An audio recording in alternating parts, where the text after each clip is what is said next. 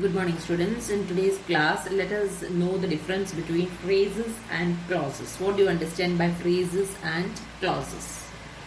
Now look at this sentence. I caught sight of her at the play. I caught sight of her at the play.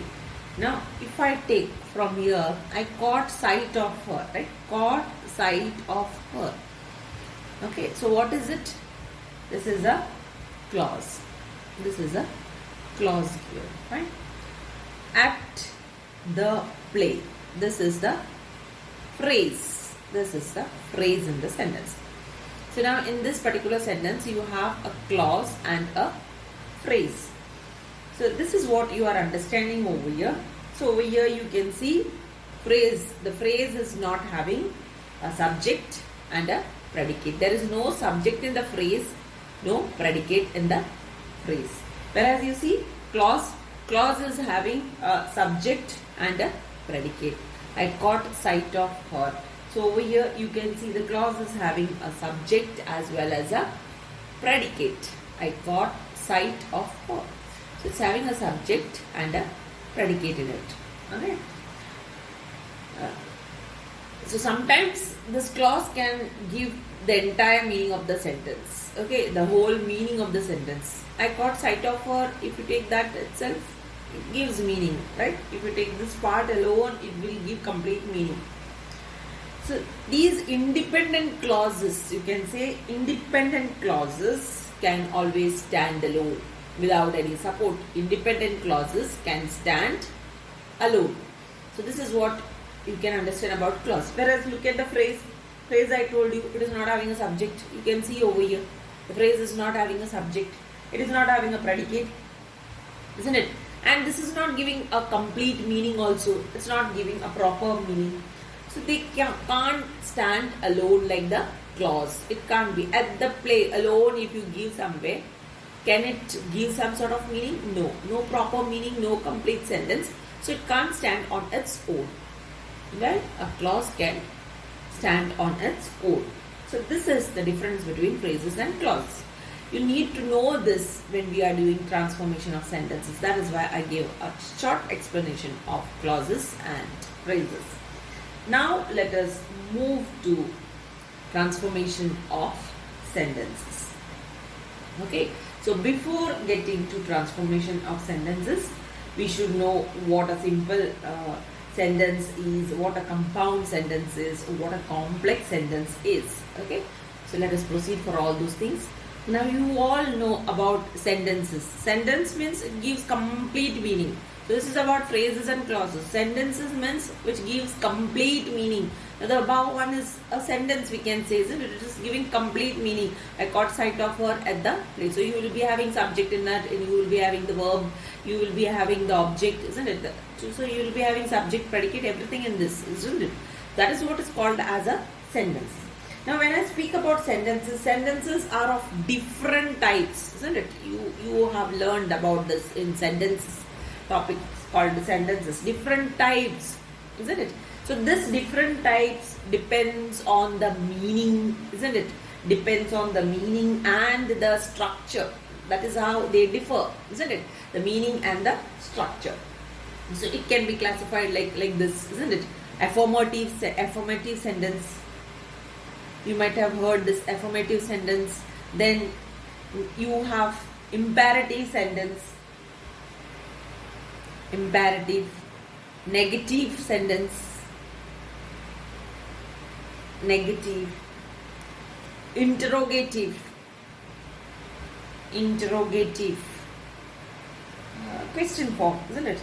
Then you have the assertive type, assertive sentence, and exclamatory.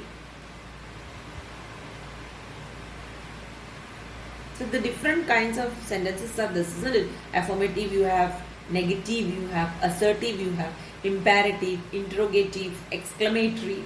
So they based on their meaning, isn't it? Based on their meaning, they are of different types. Sentences are of different types.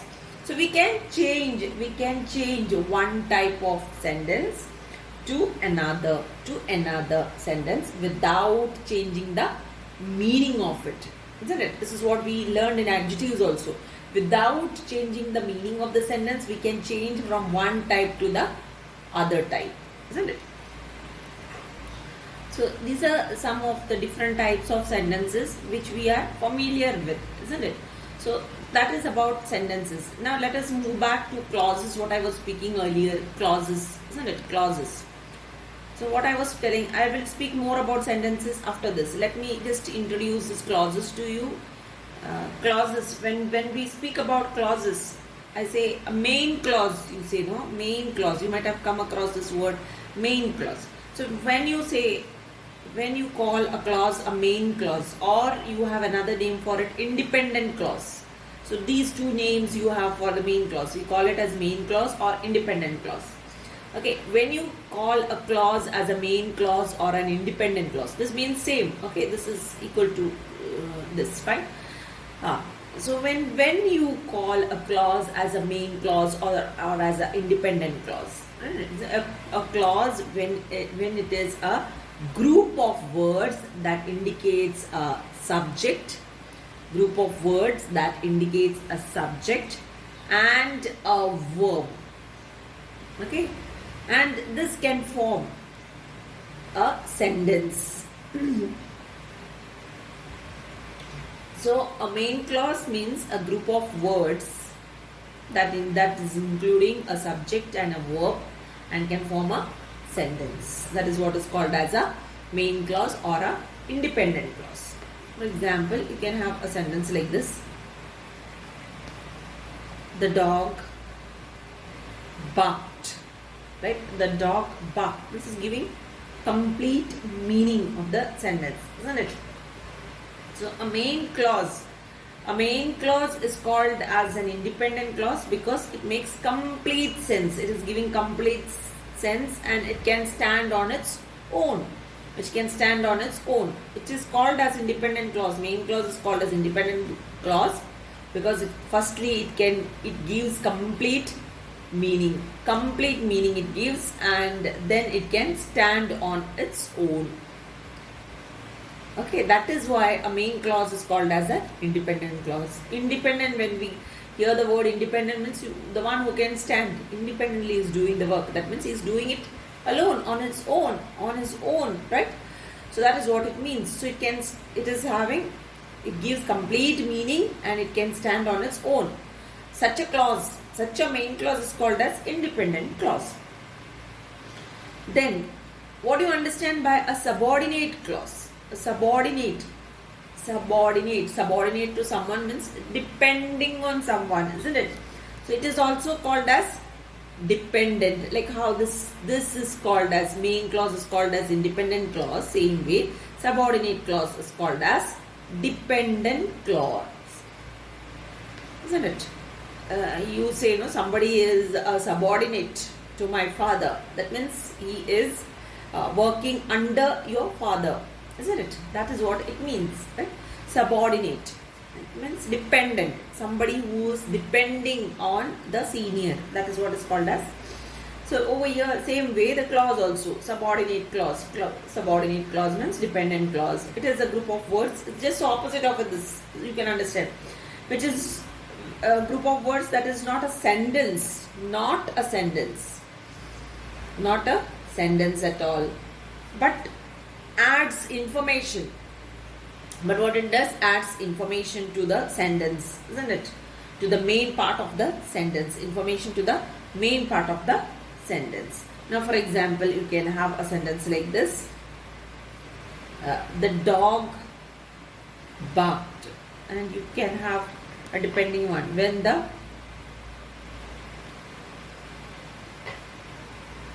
cat howled. Okay. So a subordinate clause is called as a dependent clause because it depends on the main clause for its meaning. Okay. So when the cat howled, if you take only this part, does it give any meaning? No. So if it is added to this part, but this alone if you take, it gives meaning. This alone if you take, it gives meaning. You saw it over here, right? But when this part of the sentence is removed and if it is taken separately, it is not giving meaning. Okay? So it needs the support of this part of the sentence. This part is required for this to give meaning.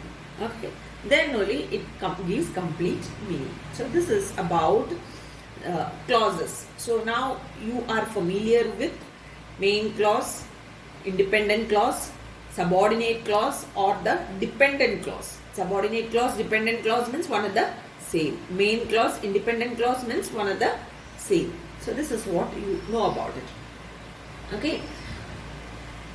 Okay, let us now go back to sentences now. So we have come to clauses explanation related part. So to form a sentence we need this, isn't it? This is making a sentence. So this is a part of it, part of a sentence. So you need a better understanding of clauses, which I explained over here to you. Now let us move back to sentences and let us see what sentences now you have seen. You are already seen over here different types of sentences. So sentences apart from these types, whatever you had seen right now, let us see some more types. It can be classified into simple. It can be classified into simple sentences, isn't it? Then compound sentences. Then what is called as complex one. Okay, so these are the other classification of sentences. Now what is simple sentences, what is compound sentences, and what is complex? Let us know what it is. Okay, so I'll give a better explanation of these things. Now look at this sentence. The girl ate a bowl of ice cream. The girl ate a bowl of ice cream. Okay, the girl ate a bowl of ice cream. Now over here you can see this is called as a simple sentence. This is called as a simple sentence. Okay, simple sentence. This is called as a simple sentence. Simple sentence. The girl ate a bowl of ice cream. You can see fine over here. So a simple sentence is having one independent clause, isn't it? So this particular sentence is having one independent clause. Ate a bowl of ice cream, you can see.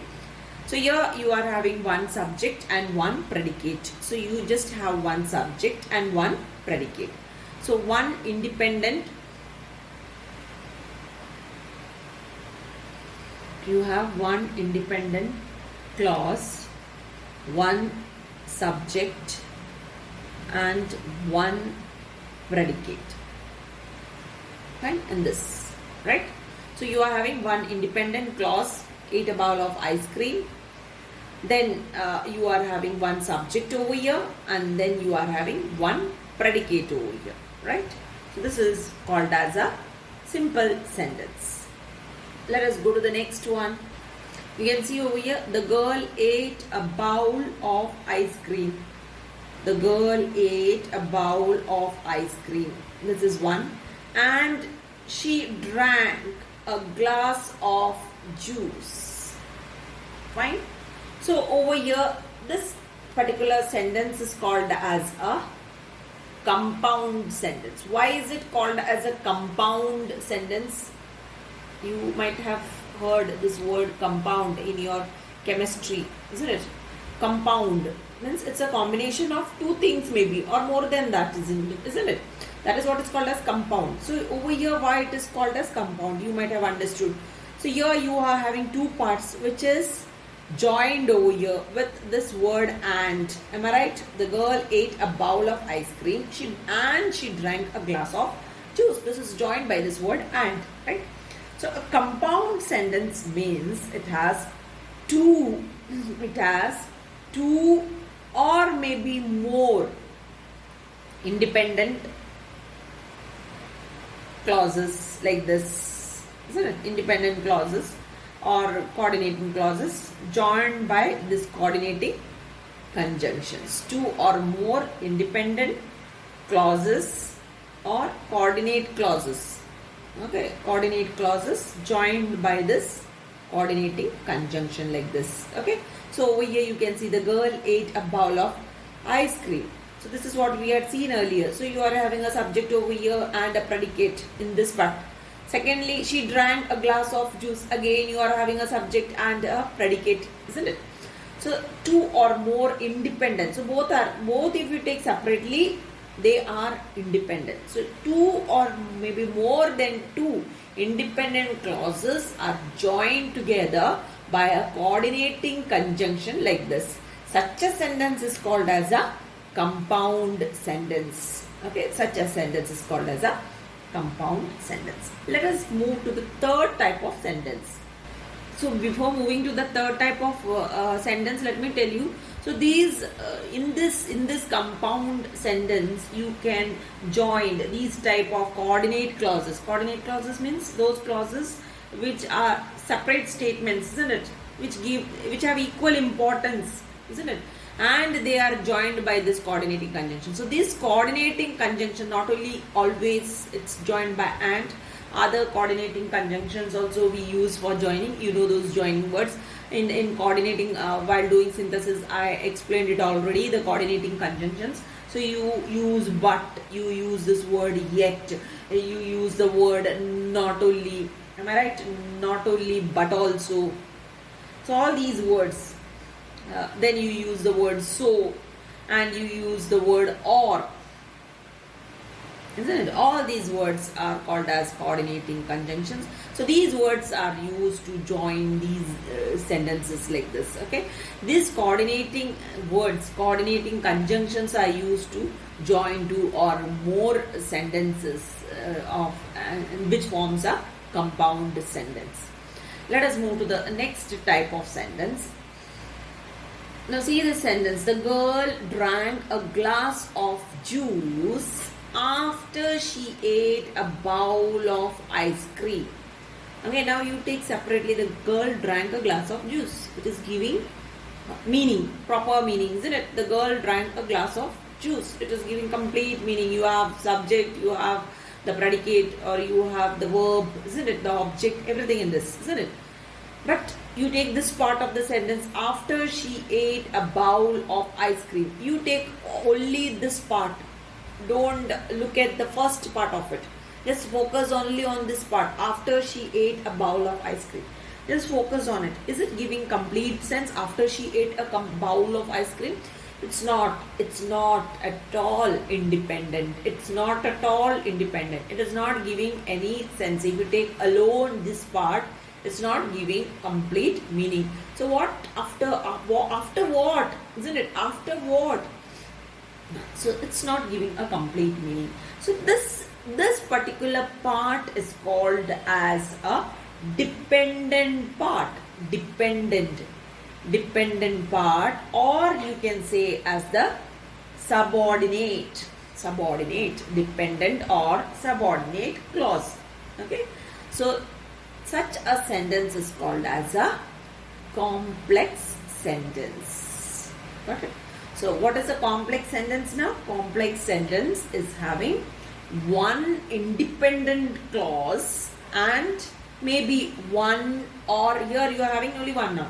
Maybe one or more dependent clause like this. Okay, one or more dependent clause. One independent clause it will be having like this, and one or more dependent clause. So we have seen three types of sentences. In the first case, you had seen simple sentence, where you saw in the sentence you saw one independent clause, isn't it? So one subject, one predicate, one independent clause. Independent clause in the sense it will be having one subject and one predicate. So this is what a simple sentence is. Then we move to the compound sentence. In compound sentence we saw two or more independent clauses which are joined with the coordinating conjunctions. Okay, so two or more. So if you take them separately like this, they give proper meaning. So two or more independent clauses. So in both the cases we have seen independent clauses. In the third case, that is in the complex sentence, we are seeing a dependent clause. Okay, so one independent clause you are having already like them, like simple compound, you are having one independent clause. Along with that one independent clause, you are having another dependent clause, subordinating clause, which if you take separately is not giving any proper meaning alone, right? So when it is joined with it, with the other part of the sentence, it gives meaning. Okay? So this is what is called as simple sentence, compound sentence, and complex sentence. So now let us move to what we call as the transformation of sentence. So now we are moving to what is called as transformation of sentences, which is the main part of our portion of our board examination, isn't it? So transformation of sentences. Now what do you understand by transformation of sentences? Now you are seen over here different types of sentences, isn't it? Now what do you understand by transformation of sentences? Transformation of sentences means is changing the form of sentence, right? Changing the form of sentence. The form we are changing. Form of sentence without changing the meaning or sense. Changing, we change the form of sentence without changing the meaning, without changing its meaning or sense, isn't it? But that sense itself. So that is what we are doing in this. Transformation means changing the form of sentence without changing its meaning or sense. So here we have all types, isn't it? Transformation of sentences. In this we have changing of adjectives from positive to the comparative, comparative to the superlative, or superlative to the positive, and so on, isn't it? So that is another thing what we have. Then direct to indirect, active to passive. So all these comes under this. Okay. So now what we are going to learn in this particular topic over here is how to change simple sentences to compound sentences, compound sentences to simple sentences, compound or simple to complex sentences. This is what we are going to learn in this particular topic. So the first thing what we are learning over here, how to change a simple sentence to compound sentence. So while changing a simple to compound sentence, simple sentence to a compound sentence, what we have to do is you have to expand. These are the rules what you have to remember. You have to expand a word or maybe phrase. Okay, maybe a phrase. A phrase. This you have to expand into a clause. And you have to use a coordinating conjunction. So three things you have to do, right? This is what you have to do. So first thing what you have to do is expand a word or a phrase. Expand a word or a phrase into a clause. So you have to take a word or maybe a phrase. So here I am taking it as separate two things, or else if you are combining it, it becomes only one thing. Expand a word or a phrase into a clause. This is what you have to do. And then secondly, what you have to do is use a coordinating conjunction. So you have to expand a word or a phrase. So if it is taken one as together, you can say it is together into a clause. So you have to expand it into a clause and use a coordinating conjunction. These are the two things you have to keep in mind while changing a simple sentence to a compound sentence. Let us see the example of it. So in this sentence you can see the simple sentence, right? Simple. The teacher reprimanded the student for misbehavior. Okay, the teacher reprimanded the student for misbehavior. Simple sentence. It's a simple sentence. You can see over here. Now, when it is changed to the compound, you can see the student misbehaved. So this is what is being done over here. Expanded a word or phrase. That's the first part. You are changing it. Okay, the second part of the sentence, the student for misbehavior. The student misbehaved. Okay, this is what expansion done over here. The student misbehaved. And then the second thing what we are doing is coordinating conjunction we are using. So the teacher reprimanded him. Right? So the teacher reprimanded him. So this first part is kept like that and it is joined with the coordinating conjunction. The second part of the sentence, we are taking it like this. The student misbehaved. So it's expanded over here, right? So we are expanding this word misbehavior to misbehaved. The student misbehaved. Then the coordinating conjunction. So the teacher reprimanded him.